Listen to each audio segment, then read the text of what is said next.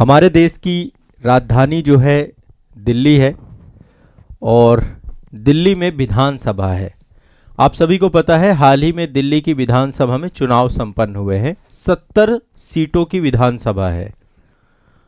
भारतीय संविधान के अनुच्छेद 239 कक्का के हिसाब से एक मंत्रिमंडल कैबिनेट है और विधानसभा का प्रावधान किया गया है राष्ट्रीय राजधानी क्षेत्र नई दिल्ली में। तो दिल्ली में चुनाव हुए हैं और सबसे बड़ी बात यह है कि दिल्ली का नया सीएम चेहरा आ चुका है।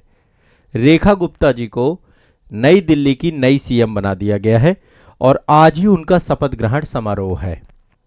आज 20 तारीख है और 20 फरवरी को शपथ ग्रहण समारोह है। तो आज जो है रामलीला मैदान नई दिल्ली में शपथ ग्रहण समारोह होगा। तो एक बार थोड़ा सा पूरे चुनाव को हम समझने का प्रयास करते हैं, पूरे चुनावी परिदृश्य को समझने का प्रयास करते हैं। तो दिल्ली विधानसभा चुनाव को मैं आसान भाषा में आपको पढ़ाऊंगा, बहुत ही आसान भाषा में, पूरा का पूरा कंप्लीट, आरंभ से अब तक क्या क्या चीजें हुई हैं और जो इंपॉर्टेंट है। देखिए, परीक्षा उपयोगी, आपको सिर्फ इतना ही पढ़ना है जितना परीक्षा के लिए आपके लिए उपयोगी है। हर घटनाक्रम को परीक्षा के दृष्टिकोण से आपको समझना सीखना है। और जब भी कोई भी चुनाव होता है तो ये आप देख पा रहे हैं, ये 70 सदस्यीय विधानसभा का एक मैप है। दिल्ली के मानचित्र को हम लोग अलग से एक बार डिटेल में डिस्कस करेंगे, चर्चा करेंगे, वो अलग चीज है। ये परसीमन का मैप है, ठीक है। परसीमन के मैप में 70 सदस्यीय विधानसभाएं हैं टोटल आपकी। तो पहले देख लेते हैं। देखिए, टोटल 70 सीटें हैं और बहुमत का आंकड़ा 70 है, तो मतलब 36 जिसको भी मिल गया वो सरकार बना लेगा। और इस बार बाजी पलट गई पूरी तरीके से, है ना। एक नई पार्टी के तौर पे, भ्रष्टाचार के खिलाफ आवाज उठाने के तौर पे एक नई पार्टी आम आदमी पार्टी बनी थी, लेकिन इस चुनाव में आम आदमी पार्टी जो है पराजित हो गई। 2 बार जो है दिल्ली में रही प्रॉपर पूर्ण बहुमत की सरकार बना करके, लेकिन एक लंबे अंतराल के बाद भारतीय जनता पार्टी वापस आ चुकी है। भारतीय जनता पार्टी ने 40 से ज्यादा सीटें जीत ली, 48 सीटें जीती इस बार 2025 के चुनाव में, 48 सीटें। 22 सीटें मात्र आम आदमी पार्टी को मिली। कांग्रेस लंबे समय से जीरो ही चल रही है और अन्य भी कोई भी, मतलब यहां पे 2 पार्टियों के बीच में मुख्य मुकाबला देखने को मिला। तो भारतीय जनता पार्टी ने सरकार बनाई और भारतीय जनता पार्टी की नेता और शालीमार बाग एक विधानसभा क्षेत्र है, वहां की विधायक है रेखा गुप्ता जी को दिल्ली की नई मुख्यमंत्री नियुक्त कर दिया है। आप लोगों ने न्यूज वगैरह में चीजों को सुना होगा। और भाजपा की वापसी हुई 27 वर्षों के बाद। 27 वर्षों के बाद दिल्ली की सत्ता में पुनः वापसी हुई है। अब डबल इंजन की सरकार जो है दिल्ली में भी देखने को मिलेगी। पार्टी ने 8 फरवरी 2025 में जो रिजल्ट आए थे, मैं एक बार तिथियां आपको बता देता हूं कि कब यहां पर जो है जो चुनाव हुए, चुनाव को लेकर के क्या क्या डेट रही, शेड्यूल क्या रहा, ये आप देख पा रहे होंगे। देखिए, चुनाव की घोषणा निर्वाचन आयोग, आपको पता है चुनाव कराने वाली मुख्य बॉडी है। और मैं तो कहता हूं कि जिस तरीके से निर्वाचन आयोग काम करता है, गति में काम करता है, वैसे ही सारे पीसीएस हो जाएं, है ना। बीपीएससी और स्टेट पीसीएस, सारे के सारे पीसीएस हो जाएं जितने भी हैं। यूपीएससी भी इसी तर्ज पे काम कर, बहुत गति से काम होता है। देखिए, चुनाव की घोषणा हुई 7 जनवरी को, नोटिफिकेशन 10 जनवरी को आ गया, नामांकन चालू हो गया, 17 जनवरी तक नामांकन था, फिर 20 जनवरी तक नामांकन की वापसी कर सकते थे। 5 फरवरी की वोटिंग थी, 8 फरवरी को जो है काउंटिंग थी। आप देखेंगे यहाँ पे तो 1 महीने के अंदर अंदर पूरा का पूरा चुनाव हो गया। और 20 तारीख कल जो है आपका, मतलब 23 तारीख तक में सरकार बन जानी चाहिए, लेकिन 20 फरवरी में अब शपथ ग्रहण हो जाएगा, तो मतलब सारी चीजें हो जाएंगी, ठीक है। मतलब ओवरऑल शपथ ग्रहण बहुत महत्वपूर्ण है इस मामले में। ये हैं जो है दिल्ली की नई सीएम, सीएम का चेहरा, सीएम का फेस जो आप देख पा रहे हैं। और काफी उपापोह होती है जब भी, अब देखिए भारतीय जनता पार्टी में जब भी, अब जहां भी सरकार बन रही है सीएम चेहरे को लेकर के, चूंकि पहले से जिक्र होता नहीं है, तो ये तो पार्टी चुनाव जीतने के बाद तय करती है, चाहे वो मध्य प्रदेश हो, चाहे वो राजस्थान हो, चाहे वो छत्तीसगढ़ हो, चाहे वो कोई भी स्टेट हो, है ना। उपापोह की स्थिति रहती है यहाँ पे। सिर्फ केंद्र में प्रधानमंत्री जी का चेहरा ही पहले से सबको पता होता है, बाकी चुनाव में चेहरे बाद में आते हैं। तो भारतीय जनता पार्टी ने 70 में से 48 सीटों में जो है इस बार बहुमत प्राप्त हुआ, 48 सीटें प्राप्त की और 20 फरवरी को रामलीला मैदान में शपथ ग्रहण का आयोजन है और एक भव्य मतलब एक तरीके से आयोजन यहाँ पर किया जाएगा। अब यहाँ पे एक चीज बता दूं, जो रेखा गुप्ता जी हैं ये चौथी दिल्ली की महिला मुख्यमंत्री होंगी। इससे पहले सुषमा स्वराज जी भी रही हैं, शीला दीक्षित जी के बारे में आपने नाम सुना होगा, और आतिशी जी भी अभी तक रही हैं। मतलब आम आदमी पार्टी में केजरीवाल जी ने इस्तीफा दिया तो उनकी जगह आस्थी मारलेना जी ने जगह ली थी, तो आतिशी भी चुनाव जीत चुकी हैं, केजरीवाल जी चुनाव हार चुके हैं। बहुत उठापटक रही है। और हमारे जो प्रिय शिक्षक हैं अवध ओझा जी पड़पड़गंज चुनाव से लड़े लेकिन वो भी चुनाव हार गए। ठीक है, अब यहाँ पर जो है मैं एक बार फिर से कुछ चीजें आपको स्पष्ट कर देता हूं। जैसा कि मैंने आपको बताया कि भाजपा को 48 सीटें मिली हैं, यानी कि जो वोट शेयर था आपका, वोट शेयर 45.56% था, और आपको जो है 22 सीटें मिली हैं और जिसमें 43.57% का जो है उसका वोट शेयर था। कांग्रेस का बहुत कम है, सीट तो एक भी नहीं जीत पाई, वोट शेयर भी लगभग 6.34% का वोट शेयर रह गया।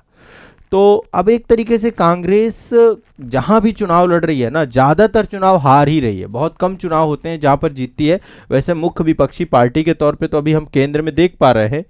ठीक है, तो ये हमारे जो है नई सीएम है दिल्ली की, और नई सीएम होने के साथ साथ अब थोड़ा सा हम यहाँ पर एक बार डिस्कस करने वाले हैं डिटेल में। मैं इनके बारे में बहुत ज़्यादा चीज़ें नहीं बताऊंगा, वैसे इनका करियर बहुत लंबा रहा है।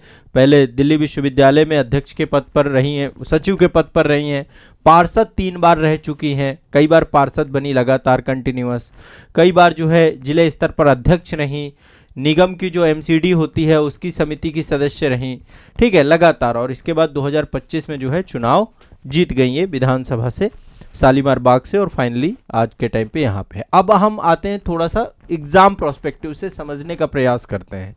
देखिए, दिल्ली विधानसभा का यदि हम संक्षिप्त परिचय करें, थोड़ा सा ऐतिहासिक पृष्ठभूमि पे जाए, तो यहाँ पे 2-3-4 चीजों को लेकर हम डिस्कस करेंगे।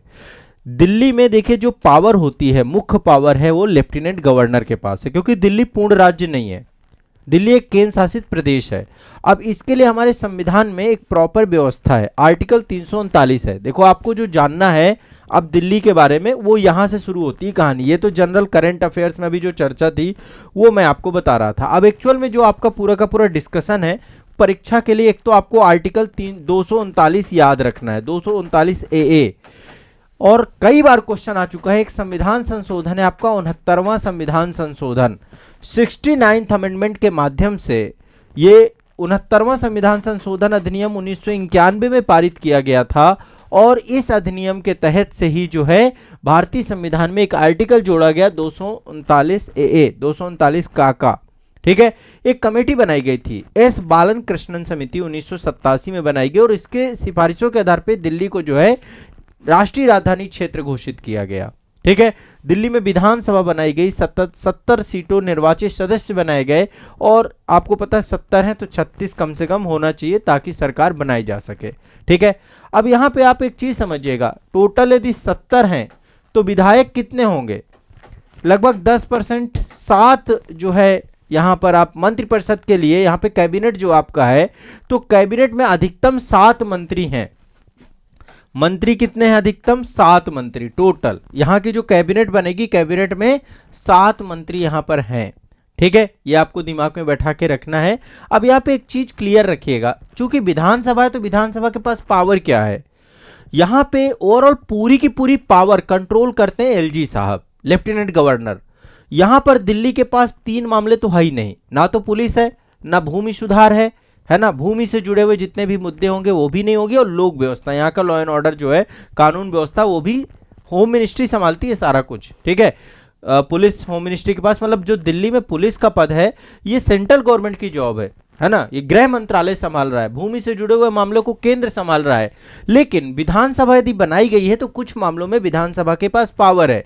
विधानसभा राज्य सूची के 3 टॉपिक को छोड़ करके, लोक व्यवस्था, पुलिस और भूमि सुधार, 3 मुद्दों को छोड़ करके, ठीक है, फिर से एक बार सुन लीजिए, राज्य सूची की 3 प्रविष्टियां हैं, 64, 65, 66, लोक व्यवस्था, पुलिस और भूमि। लोक व्यवस्था, पुलिस और भूमि, मैं यहां पे लिख दे रहा हूं ताकि आप कंफ्यूज ना हो। लोक व्यवस्था, पुलिस और भूमि, ये तीन चीजों पर कौन कानून बनाएगा? इन तीन चीजों पर कानून बनाएगा केंद्र। तीन चीजों पे कौन कानून बनाएगा? केंद्र बनाएगा। केंद्र के पास है तीन चीजें। बाकी राष्ट्र सूची और समवर्ती सूची के जितने भी विषय हैं वो सारे के सारे विषय दिल्ली विधानसभा के पास हैं। दिल्ली विधानसभा उस पे कानून बना सकती है। ठीक है, क्लियर, स्पष्ट है। अब यहां पे एक क्वेश्चन बनता है, मुख्यमंत्री की नियुक्ति कौन करते हैं? मुख्यमंत्री की नियुक्ति राष्ट्रपति द्वारा की जाती है यहां पर। ठीक है, एलजी तो एक तरीके से रिप्रेजेंटेटिव है ना, केंद्र शासित प्रदेश है ना, यूटी है ना ये। तो यहाँ पे जो एलजी साहब हैं, एलजी साहब लेफ्टिनेंट गवर्नर का पद जो आपका है वो राष्ट्रपति के प्रतिनिधित्व के तौर पे है। तो दिल्ली के मुख्यमंत्री की नियुक्ति राष्ट्रपति करते हैं, ये दिमाग में बैठा के रखिएगा। और राष्ट्रपति ही मतलब शपथ ग्रहण अभी आज होगा तो आप देखिएगा एलजी शपथ करवा रहे होंगे तो राष्ट्रपति के रिप्रेजेंटेटिव के तौर पे ना, राष्ट्रपति या उनका प्रतिनिधि, लेकिन नाम राष्ट्रपति जी का ही होगा। और मंत्रियों को भी मतलब मुख्यमंत्री जब सिफारिश करेंगे उनको भी जो है राष्ट्रपति नियुक्ति करते हैं। ठीक है, उपराज्यपाल प्रशासक के तौर पे काम करते हैं और विधानसभा को बुलाने का काम, उसको स्थगित करने का काम, उसको भंग करने का काम सारा कुछ एलजी ही करते हैं, लेफ्टिनेंट गवर्नर ही करते हैं। ठीक है, ये दिमाग में बैठा के रखिएगा। कई बार आपने देखा जब आम आदमी पार्टी की सरकार थी, कई बार ये मामले आते रहे कि एलजी साहब और केजरीवाल जी के बीच में विवाद चलता रहा। मामला कई बार सुप्रीम कोर्ट गया, कई बार जो है सुप्रीम कोर्ट जाने के बाद ये बात उठती थी कि दिल्ली को पूर्ण राज्य बनाया जाए, दिल्ली के पास पावर नहीं है, दिल्ली के पास चीजें नहीं है। तो 2018 से 2023 में सुप्रीम कोर्ट की संविधान पीठों ने दिल्ली के शासन ढांचा को व्याख्यापित किया है और बताया कि विधानमंडल की कार्यकारी शक्तियां किसके पास हैं। इसके बाद विधायिका के द्वारा कानून भी लाया गया। तो एक्चुअल में दिल्ली में जो एक्चुअल पावर है वो एलजी साहब के पास है। दिल्ली सरकार का मतलब है, दिल्ली स्पष्ट किया गया, बाकायदा कानून लेकर के आया गया है इसको लेकर के। दिल्ली सरकार का मतलब क्या है? दिल्ली प्रशासन का मतलब है एलजी साहब, ये मान लीजिए। ठीक है, एलजी को मुख्य जो है कार्यकारी अधिकारी के तौर पे यहां पे बनाया गया। क्यों? क्योंकि पूर्ण राज्य नहीं है। तो अब जो है दिल्ली में जो एक व्यवधान बने हुए थे सरकारों को लेकर के, देखिए वैसे चीजें नहीं होनी चाहिए लेकिन आमतौर पे होती हैं कि जब दो सरकारें अलग अलग होती हैं, केंद्र में कोई और सरकार है, राज्य में कोई और सरकार है, तो आपस में जो है टकराव की स्थिति बनती रहती है। ठीक है, टकराव की, और इससे विकास बाधित होता है, इससे आम जनता प्रभावित होती है। लेकिन इस बार दिल्ली के लोगों ने केंद्र की सरकार को ही दिल्ली में स्थापित किया है, तो संभवतः ये टकराव की स्थिति से जो नुकसान दिल्ली वासियों को होता था वो नुकसान जो है अब नहीं होगा। अच्छा, दिल्ली विधानसभा चुनाव जब जब होते हैं एक मुद्दा निकल के आता है कि दिल्ली के लोगों को तो बड़े मतलब फ्री की चीज़ों का जो एक पूरा का पूरा जो है दिया जाता है कि बिजली फ्री होगी, पानी फ्री होगा, ये होगा। देखिए दिल्ली में बाहर के लोग बहुत रहते हैं यहाँ पे। आप दिल्ली की बात करेंगे, सबसे ज़्यादा डेंसिटी वाला क्षेत्र है यहाँ पे, सबसे ज़्यादा डेंस है, राजधानी है देश की। बाहर के लोगों का माइग्रेशन बहुत है, उत्तर प्रदेश से, बिहार से, अन्य राज्यों से। दूसरा, शिक्षा का केंद्र भी है यहाँ पे, दिल्ली यूनिवर्सिटी है, जेएनयू है, प्रतिष्ठित जामिया है, और साथ ही जो है बहुत सारे आईआईटी दिल्ली है। तो एक तरीके से दिल्ली में लोग पढ़ने भी आते हैं, शिक्षा के लिए भी आते हैं, रोजगार के लिए भी आते हैं, और बहुत सारे लोग आकर के दिल्ली में बस गए। तो डेंसिटी बहुत ज़्यादा है यहाँ पे, बहुत सारे लोगों का जीवन स्तर अच्छा है। ठीक है, रोजगार के पर्याप्त साधन है, इसीलिए दिल्ली में सब लोग आ रहे हैं। लेकिन बहुत सारे लोग ऐसे भी हैं जिनका जीवन स्तर निम्न है, झुग्गियों में रह रहे हैं, मलिन बस्तियों में रह रहे हैं। दिल्ली का एक काला चेहरा भी है। आप यमुना को देख लीजिए, है ना। यमुना का मुद्दा इस बार के चुनाव में इतना ज्यादा रहा, यमुना की स्थिति जिस तरीके से हो गई है, पूरी तरीके से नाले में कन्वर्ट हो गई यमुना। यमुना में 22 नाले आकर के गिरते हैं, यमुना में टोटल 22 नाले आकर के गिरते हैं, और इस कारण से यमुना का पानी आप छू नहीं सकते हैं। कैंसर युक्त पानी हो चुका है, पूरा का पूरा काला पानी हो चुका है यमुना का। यमुना राजनीति का केंद्र रहा इस बार के चुनाव में, आपने देखा होगा बहुत मुद्दे रहे, प्रधानमंत्री जी ने भी उठाया। इसके बाद अभी यमुना की सफाई को लेकर के देखिए क्या करती हैं सरकारें। हर बार बजट तो पारित होता है, हर बार वादे तो होते हैं, लेकिन जब यमुना साफ हो जाए तो बहुत बड़ी बात है। देश की राजधानी है, सफाई स्वच्छता बहुत जरूरी है यमुना की। ठीक है, तो ये कुछ महत्वपूर्ण आप लोगों के लिए बातें जो मैं बताना चाह रहा था। और यदि आप भाजपा की जीत की बात करें तो 27 साल बाद सरकार बन रही है। ठीक है, आम आदमी पार्टी की लोकप्रियता घटी है। इस बीच में आपने देखा था जिस तरीके से अरविंद केजरीवाल जी का जेल जाना है ना, जेल जाने के बाद जो भ्रष्टाचार के कई सारे आरोप लगे, चाहे वो शराब का मामला रहा हो, चाहे फिर उन्होंने अपने आवास को रिनोवेट किया उसके बारे में डिस्कस रही हो, या एक चीज और हमने देखने को मिली कि जिस तरीके से जब कोविड के टाइम पीरियड पे सीए आया था, सिटीजन अमेंडमेंट एक्ट आया था, उस टाइम पे जिस तरीके से दिल्ली में हिंसा हुई है ना, उस हिंसा ने भी कहीं ना कहीं पे आम आदमी पार्टी की मतलब दंगे जैसी स्थिति राजधानी में, एक तरफ ट्रंप आए हुए थे 2020 में, दूसरी तरफ देश में दंगे चल रहे थे, वो भी दिल्ली में राजधानी में। और लगातार एक चीज तो देखने को मिलेगा, प्रधानमंत्री नरेंद्र मोदी जी का जो जादुई करिश्मा है वो जो चल रहा है पूरे भारत में, हर एक राज्य में, वो अपने आप में कहीं ना कहीं पे इस चीज को, इस चुनाव को जीतने के प्रमुख कारक के तौर पे है। और भाजपा जमीनी स्तर पे जिस तरीके से प्रभावी कार्य, मतलब चुनाव तो जीता गया है, तो ये आपको दिमाग में बैठा के रखना है। क्लियर है, स्पष्ट है। आज जो है हमारे दिल्ली के नए सीएम का शपथ ग्रहण समारोह है, तो सबसे पहले बहुत बहुत शुभकामनाएं दिल्ली के सीएम बनने के लिए रेखा गुप्ता जी को। और अब जो है ये टॉपिक आपको याद रखना है करंट अफेयर्स में, जैसे मैंने आपको 69वां संविधान संशोधन के बारे में बताया, आर्टिकल्स के बारे में बताया, इनको भी याद रखिएगा, ठीक है। बाकी इसके बारे में आपकी क्या राय है, आप क्या सोचते हैं, आप भी डिस्कस करिएगा। मैं कभी भी मतलब इसको पॉलिटिकल बना करके, कभी भी न्यूज़ बना करके कोई भी टॉपिक नहीं बता रहा हूं, मैं तो आपको एक सामान्य अवलोकन करके चीजें बता रहा हूं, ये चीज दिमाग में बैठाइएगा। मेरा काम सिर्फ इतना है कि परीक्षा से जुड़ी हुई जानकारी आप तक पहुंचे, बस इतना ही मैं आपको देना चाह रहा हूं और उतना ही मैं आपको देता हूं, ठीक है। चलिए